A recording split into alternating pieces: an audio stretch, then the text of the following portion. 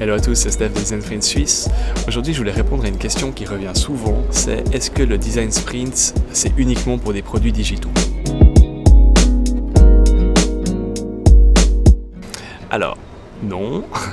On s'est rendu compte en fait à l'usage que le sprint pouvait être utilisé pour tout type en fait de produits, de services, voire même des stratégies en fait. Je vais détailler un petit peu et surtout expliquer l'origine de la confusion. Pourquoi est-ce qu'on a l'impression que le sprint c'est uniquement pour du digital? C'est parce que lorsque Jake Knapp et John Zeratsky l'ont créé au sein de Google Venture entre 2011 et 2016, date de la publication du livre, ils étaient vraiment dans un contexte complètement digital parce que Google Venture principalement investit dans des produits digitaux. Donc tous les exemples et les case studies qu'ils utilisaient pour le sprint étaient principalement des produits digitaux et du coup ça a amené une certaine confusion. Et bien sûr ça a intéressé principalement des designers digitaux, UX, UI par exemple, qui sont les premiers à comprendre en fait l'intérêt de ce type de méthodologie. Mais ce qu'il faut quand même bien comprendre, c'est que le design sprint originellement a été créé sur la base du travail préalable de IDEO ou de compagnies actives dans le design thinking. Et le design thinking, c'est pas du tout lié au digital, ça a vraiment été créé principalement pour des produits physiques, donc du design industriel par exemple. Alors naturellement le design sprint va très bien marcher aussi pour designer des produits hardware, physiques, avec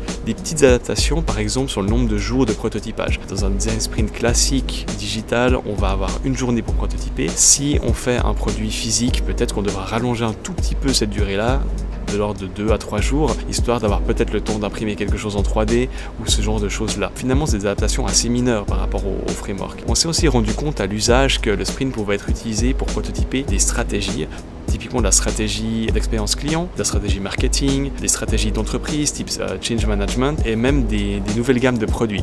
Le framework fonctionne extrêmement bien parce que ça permet de rassembler des personnes qui pensent peut-être pas tous la même chose autour de thématiques importantes et du coup ce groupe-là va avancer, va générer des idées, va converger vers certaines solutions et on va pouvoir prototyper et tester ces solutions. Et ça permet en fait d'aligner des parties prenantes, des stakeholders qui sont parfois extrêmement différents. Ça peut être des fois très politique, ça peut être des fois compliqué parce que c'est des entreprises, des partenaires, etc. Et on va réussir à réunir tout ce monde pendant ce workshop et vraiment aligner l'équipe et avancer et surtout apprendre. Si vous avez des questions sur vos sprints et si vous souhaitez appliquer le design sprint dans d'autres domaines que du digital, n'hésitez pas à me contacter. Vous retrouvez les contacts ici de l'agence et on se réjouit de répondre à toutes vos questions. Bye!